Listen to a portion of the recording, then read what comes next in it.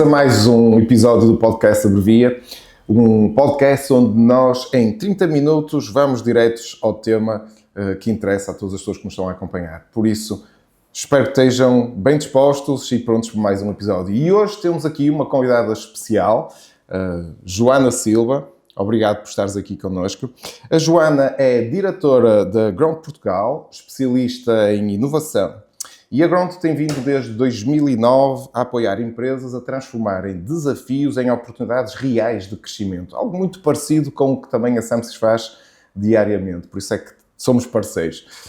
Com uma abordagem que combina consultoria estratégica, tecnologia e um framework próprio. E a Ground acompanha a organização em todas as fases do processo inovador, desde a captação de incentivos até a rentabilização do investimento. E hoje vamos perceber como é que a agilidade pode ser aplicada à inovação e ao crescimento empresarial. E como é que as empresas podem deixar de reagir ao mercado para começar a antecipá-lo.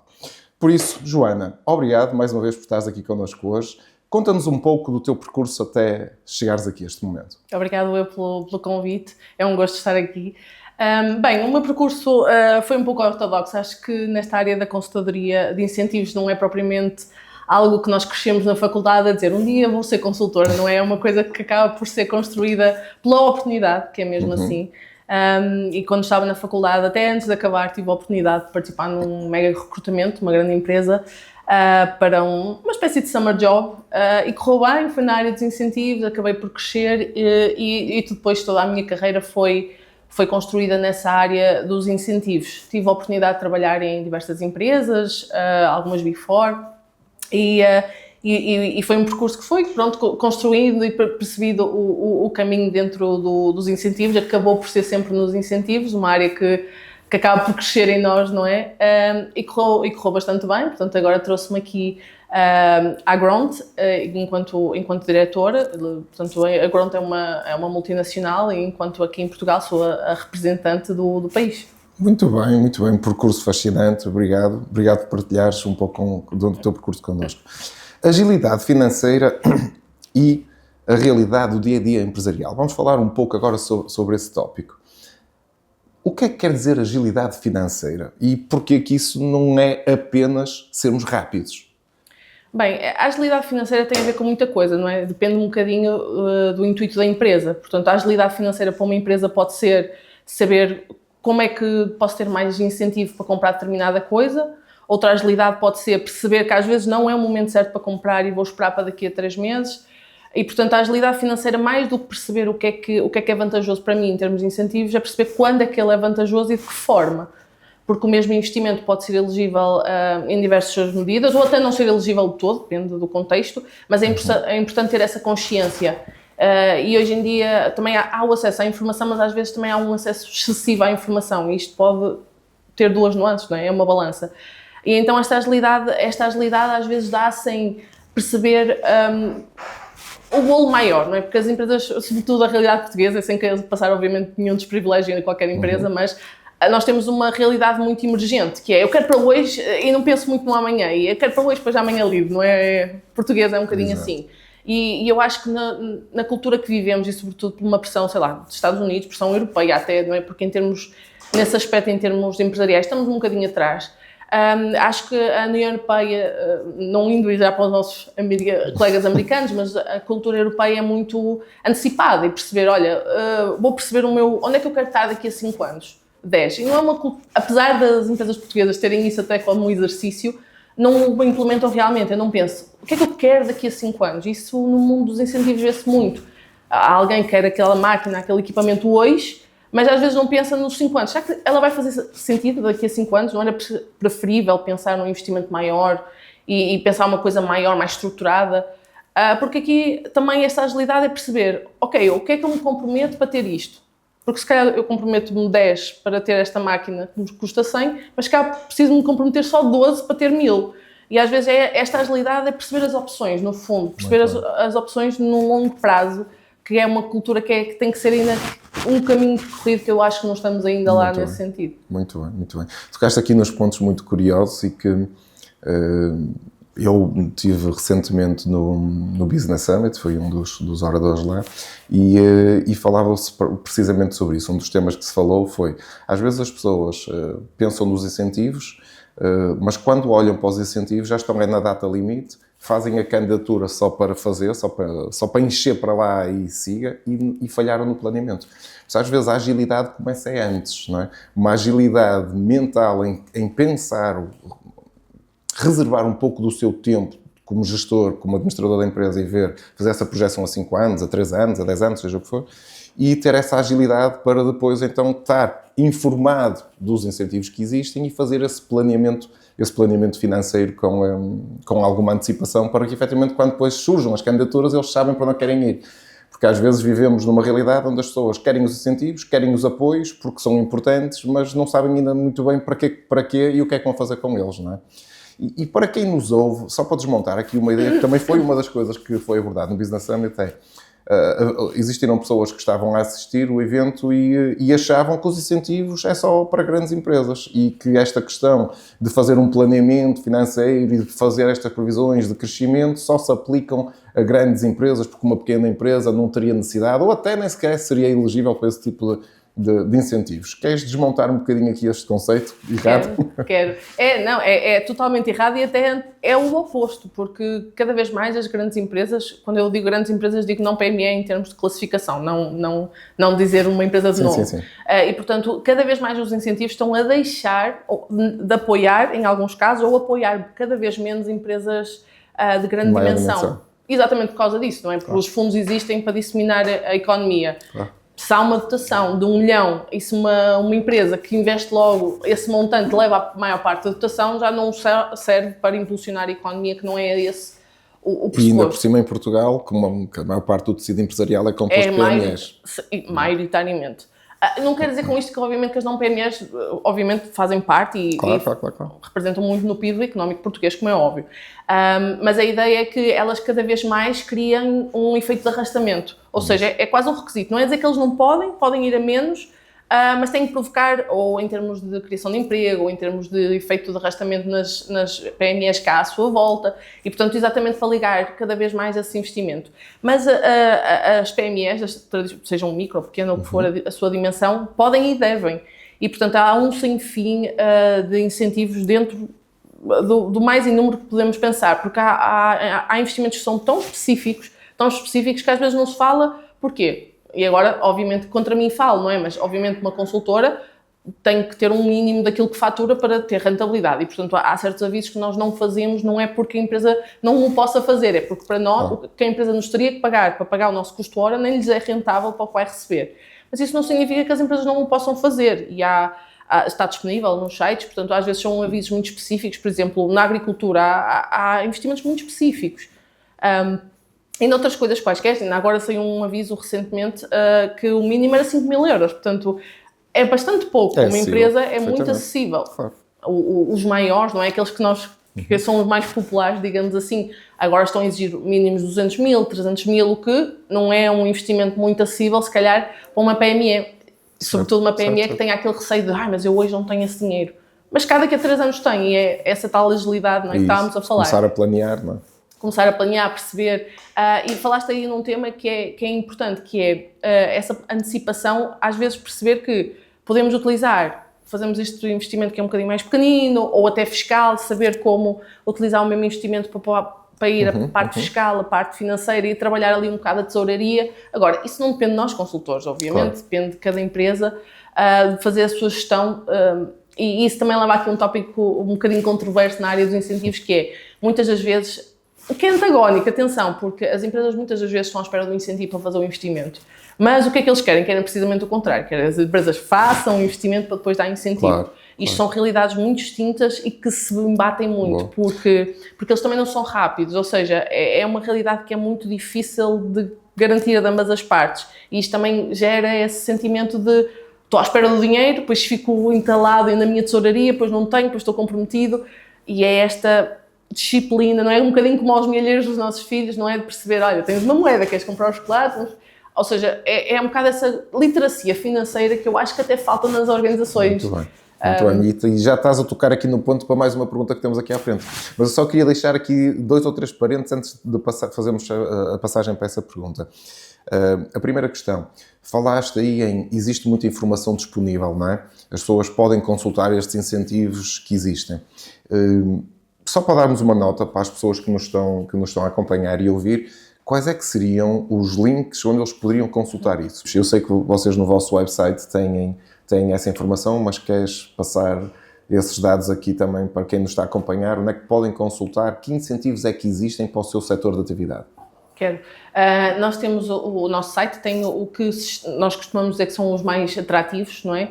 Que são os avisos que respondem à esmagadora maioria das empresas, mas temos os sites públicos como o Compete 2030, o PDR, etc. Têm lá os avisos mais, todos, não é? No geral, não é? Desde os mais pequeninos aos maiores, com todas as informações, e também tem o plano de avisos, ou seja, se uma empresa quiser consultar quando é que está previsto vir mais ou menos, porque aquilo é sempre muito mais ou menos, mais para mais do que para menos, mais ou menos a previsão de quando é que abre, ou se está sequer previsto abrir, tem lá. Nós trabalhamos os maiores, não é? Esse está em site, porquê?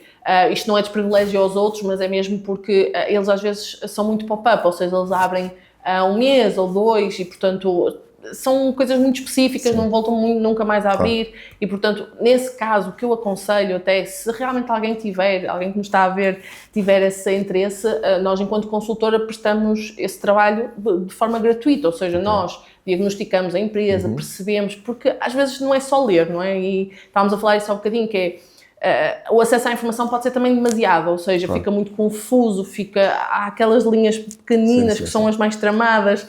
Às vezes fica aquela dúvida, será que eu posso, será que não posso, será que eu sou elegível, será que eu não sou elegível?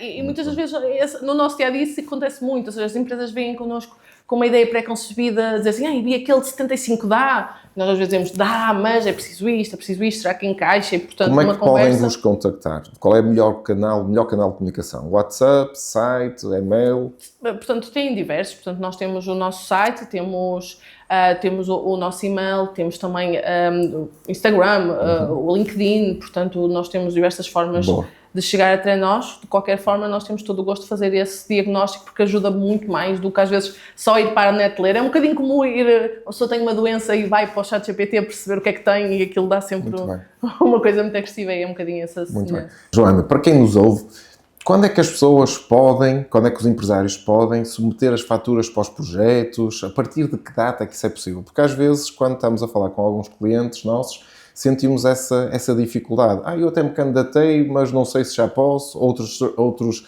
já têm a candidatura, mas estão à espera da aprovação. Querem fazer os investimentos, mas não sabem muito bem ainda como é que funciona essa questão das datas a partir das quais as faturas, os investimentos são efetivamente aprovados para a proposta da candidatura. Queres desmontar um bocadinho mais essa questão? Quero, porque há às vezes 2 interpretações muito distintas, não é? Há aquelas pessoas que consideram que podem colocar despesas que fizeram antes, e há outras que acham que têm quase que adivinhar quando é que vem um incentivo para começar o projeto.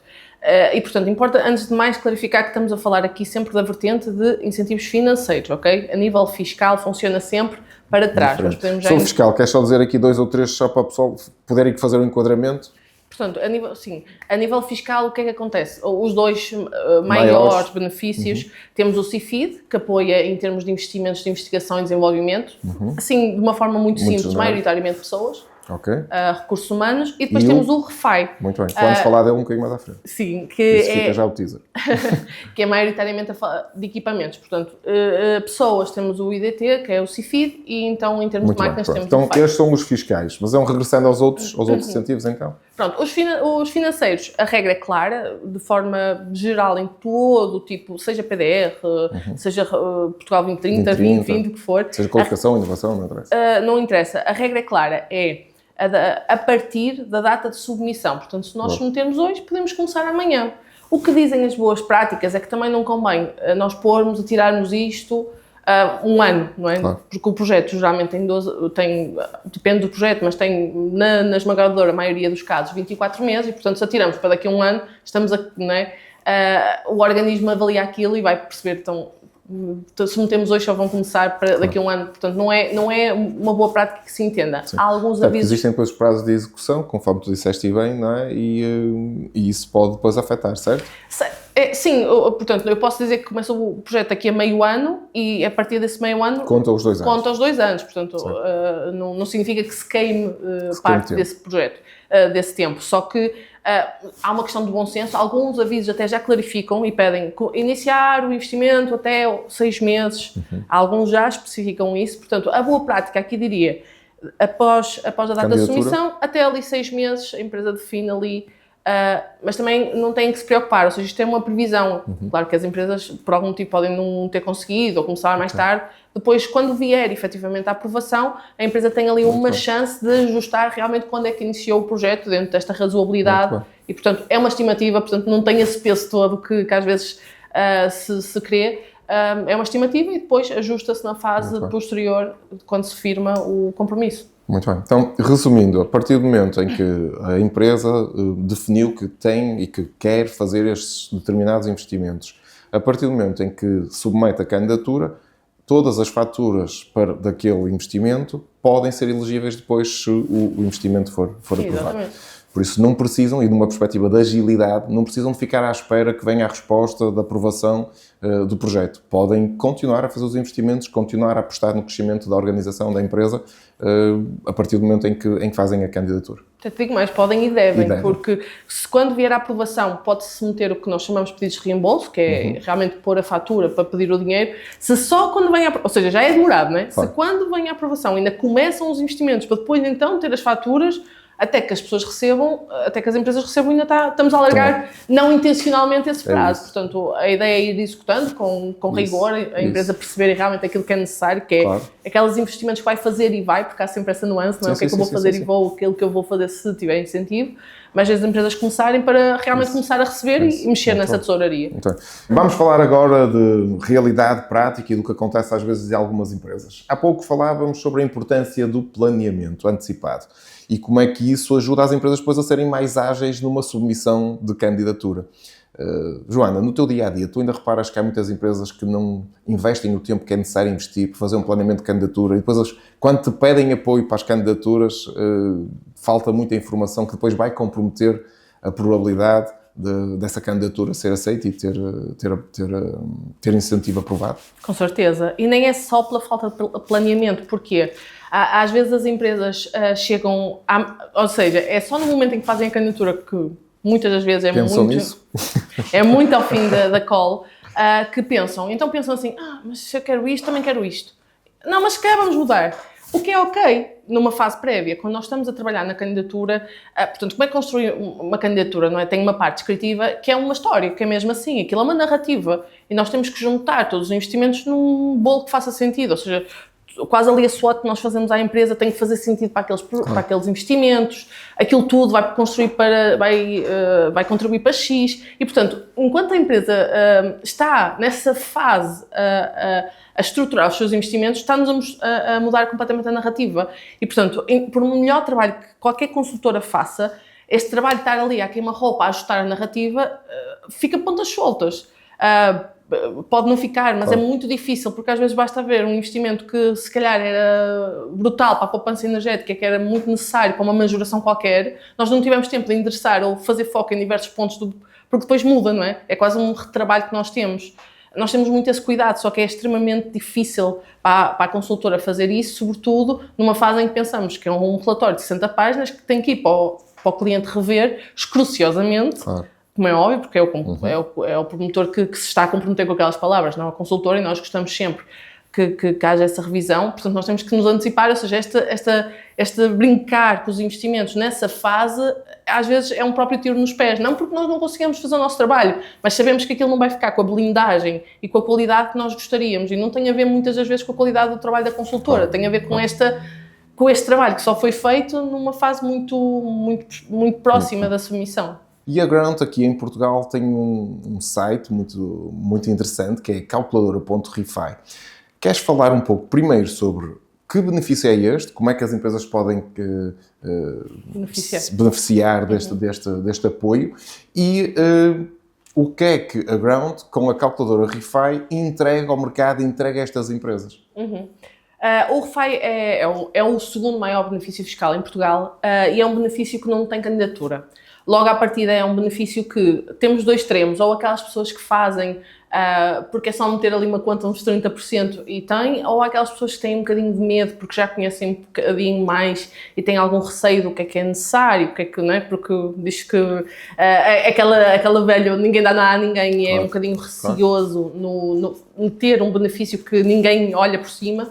E, portanto, o que é que nós pretendemos com... Antes de mais, o que é o ReFi? O ReFi é um benefício que pretende, que dá às empresas até 30% da compra dos seus ativos, isto olhando para o ano passado, não é? Porque isto é em sede de IRC. Portanto, a empresa, quando faz as suas contas, não é? Tem lá um campo, alguns campos, onde ele coloca qual é o valor que apurou. De uma forma muito simples, são 30% da compra de ativos novos que sejam para a área produtiva ou administrativa, em alguns casos. Ou seja, isto parece simples na sua concepção, só que o ReFi tem alguma complexidade em termos de condições de acesso. A empresa tem que ter uma CAI elegível. Há já alguns exemplos de CAIs que são elegíveis ou é preferível dizer os que não são? São muitos, porque, por exemplo, só isso dava todo um podcast, porque assim, a indústria transformadora é maioritariamente elegível. Mas se formos, por exemplo... Ficamos com indústria transformadora, toca aproveitar. Mas se formos, por exemplo, vamos aqui, a parte agrícola é um se muito grande, porque, por exemplo, eu gosto muito de dar este exemplo, por exemplo, se nós fizermos a empresa tem uma CAI de licores, de vinhos, etc. Portanto, ela pode ser elegível ou não, porque não é só a CAI, é também o negócio, ou seja, se fizer vinho, como é a primeira transformação, não existe a introdução de nada químico, não existe nenhum processo industrial, ela não pode beneficiar do ReFi. Porque entendo na sua concepção que não tem essa majoração. Mas se for, por exemplo, espumante já pode, porque já tem incorporação de gás, já tem um processo, digamos, industrial, que já tem necessidade, segundo a concessão do ReFi, de ir a esse benefício. Portanto, é um ninho. E exatamente por causa desses ninhos é que a nossa calculadora, nós gostamos de dizer que é um freemium. Portanto, nós despistamos essas condições. Ou a empresa preencher a sua CAI, etc., ela vai lá aparecer se é elegível, se não, ou se é um ninho. E vai ver também a localidade da empresa, que também afeta muito, não é? Tudo. Portanto, temos a CAI, que é o primeiro crivo, temos a localidade, por exemplo, Lisboa e Algarve são regiões que nem sempre são regiões muito específicas que dá. E depois tem o que é mais difícil, digamos assim, porque é o storytelling, ou seja, os investimentos têm que fazer sentido para uma história. E, portanto, são 4 tipologias, assim, maioritariamente, mas assim, a esmagadora é o aumento da capacidade e a empresa tem que ser capaz de demonstrar que entre o ano anterior e o ano que está a fazer, houve esse aumento.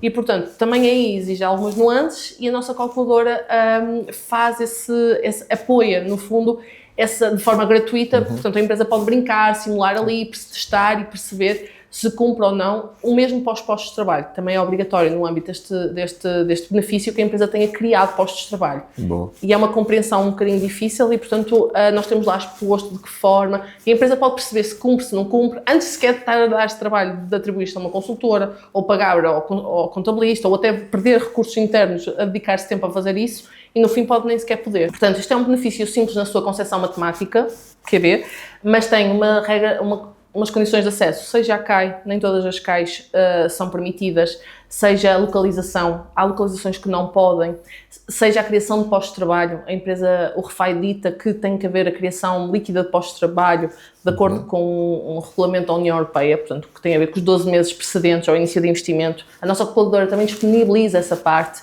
E tem também a parte, digamos assim, descrita, que é a parte da tipologia, ou seja, os investimentos têm que fazer parte de uma narrativa de uma tipologia, assim, a título de exemplo, o maior é o aumento da capacidade, a empresa tem que saber demonstrar que face ao ano anterior aumentou em X%, seja negócios, seja BBP, seja estoque, o que for, tem que saber mostrar. E, portanto, a nossa calculadora é gratuita nesses testes e ainda estima o benefício, a empresa coloca lá as suas faturas e estima quanto é que a empresa pode realmente usufruir. E, portanto, isto tudo é gratuito, ou seja, a empresa pode brincar, perceber como é que pode reunir aqui, porque às vezes uma CAI pode, outra não pode, depende, perceber realmente qual é o conjunto que pode ter e qual é o benefício que tem acesso. Muito bem. E quando é que as pessoas pagam, então? Exato, então quando é que elas pagam? Boa pergunta. Elas pagam, então, quando querem ter o cálculo detalhado. porque muito bem. Este incentivo é cumulativo com inovação produtiva, por exemplo, com outros benefícios, e portanto é aí que o cálculo complica. Se tiver outras coisas, aquilo é preciso haver ali uma engenharia matemática para garantir que nada foge aos trâmites e que está tudo direitinho. E portanto a FII ronda entre os 0,49% a 1,5%. Nada especial. É uma FII muito residual. E sobre o benefício. Sobre o benefício. E portanto tem não só esse cálculo detalhado, como o relatório, que são cerca de 50 a 60 páginas completas, que naturalmente, como deves imaginar, fazer isto a título manual, não é? Seria muito manual mais caro. Digital, mas manual, é muito mais caro, dispendioso. Mesmo que seja interno, Sim, tem que haver um sim, recurso que o faça. Sim. Mesmo que seja interno, tem um custo. Tem um custo, exatamente, e é este custo às vezes escondido que as empresas nem sempre sabem ver, e portanto a nossa calculadora, juntamente com a nossa formação, pretende dar esse acesso, quer às condições todas, dar a conhecer o que é que está por trás do referencial, do know-how da calculadora, e colocar de uma forma digital e no bolso, não é? Através do telemóvel, qualquer empresa pode fazer isto, de forma gratuita ter a estimativa, de forma completa ter o relatório na mão. E o relatório é importante porque, como isto não há uma candidatura, se daqui a 5 anos houver uma inspeção, daqui a 2 anos, meio ano, se não tiver tudo direitinho, a empresa não só tem que devolver, como com juros. Com juros. Ou seja, é um risco arriscado, Muito não é? grande, Passando o muito pleonasmo. grande, E, portanto, este relatório está completo, está detalhado em segundos, põe ali alguma IA, o promotor pode e deve mexer e disponibilizar e extrai ali em segundos um relatório que antes demorava 5 dias, 4 dias a fazer manualmente. Ou seja, quer um CFO, quer um contabilista ou mesmo um administrador de uma organização, utilizando a calculadora para depois então submeter esse benefício, vai certamente ficar mais tranquilo, mais descansado do que tem a documentação toda necessária para comprovar o que se candidatou, não é? Exatamente. Outra coisa que eu gostaria só de deixar aqui, porque nós estamos quase a terminar o nosso podcast, eu sei, passou a voar, mas só para deixar aqui mais um teaserzinho. Quais seriam, se tivesses que eleger um CAI, ou uma área, ou um setor de atividade, que é tipo, todas estas empresas deviam-se mesmo candidatar, porque à partida este CAI consegue ter a oportunidade de se beneficiar deste incentivo, qual é que seria? Posso ser rebelde e nomear 2? Sim, só dois. Indústria e turismo, muito que bem. é pouco consensual, mas turismo, portanto não é produtivo, que é assim um bocadinho engraçado, mas todos os mobiliários, tudo que é parte do que é o hotel, ou a unidade de hoteleiro, o que for, portanto também pode ser FAI, portanto eu nomearia estes dois. Então, turismo e indústria. E Portugal tem muitos negócios dessa área. Localidades onde é mais difícil conseguir esse benefício. Queres citar 2 também? Sim, Algarve e Lisboa. Portanto, há ali uns conselhos, uma localização muito específica que pode ter. Não significa que seja impossível, mas não é? Terão que utilizar a calculadora para verificar se ou não, não é? Exatamente. Mas já ficam com esta ideia de que nestas localidades será mais difícil conseguirem se candidatar a estes benefícios. Por isso, Joana, muito obrigado pelos esclarecimentos. O podcast passou a voar. Tínhamos aqui matéria para estarmos aqui dia todo a falar.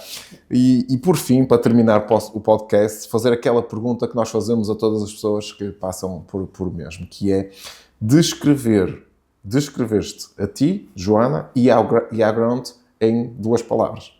Essa é difícil. Em 2 palavras, portanto... Pode ser 4, pronto, 2 para ti e 2 para a Ground. Ok, portanto eu diria perfeccionismo, diria brio, que é uma coisa que cai em desuso, brio, e dizia acima de tudo compromisso para com os nossos clientes, para ter a certeza que está tudo direitinho e portanto as dores deles são as nossas e as vitórias também são as nossas e portanto seria aí que eu descrevo. Muito bem. Joana, muito obrigado. Obrigado também a todos que assistiram ao podcast, seja no YouTube, seja no Spotify e já sabem, estejam à espera do próximo.